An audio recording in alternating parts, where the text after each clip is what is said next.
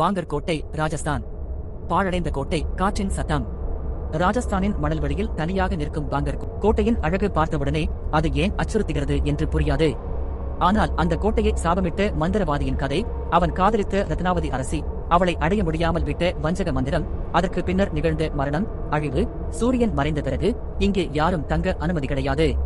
உள்ளே இருந்து வெளியில் வரும் குரல்கள், நடையடி சத்தங்கள், எந்த விளக்கமும் இல்லாத நிழல்கள். பாங்கர் கோட்டை இரவின் பின் உயிரோடு இருக்கிறதா, அல்லது உயிரில்லாத ஏதோ மற்றவை அங்கே நடமாடுகிறதா? 2. குல்தாரா கிராமம், ராஜஸ்தான். காற்று வீசும் சத்தம், மணி ஒலிகள்.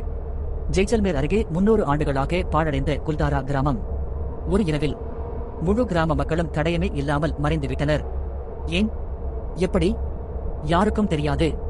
கதையா? ஒரு கொடிய அமைச்சர் அந்த கிராமத்தின் ஒரு பெண்ணை தன்னிடம் கொடுக்க வேண்டும் என்று கேட்டான். அந்த அவமானத்தை தாங்க முடியாமல் முழு கிராமமும் ஒரே இரவில் வெளியேறி, இந்த இடத்தில் யாரும் வாழக்கூடாது என்று சாபம் விட்டதாக சொல்கிறார்கள். இன்று வரை அங்கே வீட்டுக்குள் இருந்து வரும் காலடி சத்தங்கள், தெருவில் நிழல் போல் நகரும் உருவங்கள், பலரும் அனுபவித்துள்ளனர். குல்தாரா இன்னும் மக்கள் திரும்பாத கிராமம்.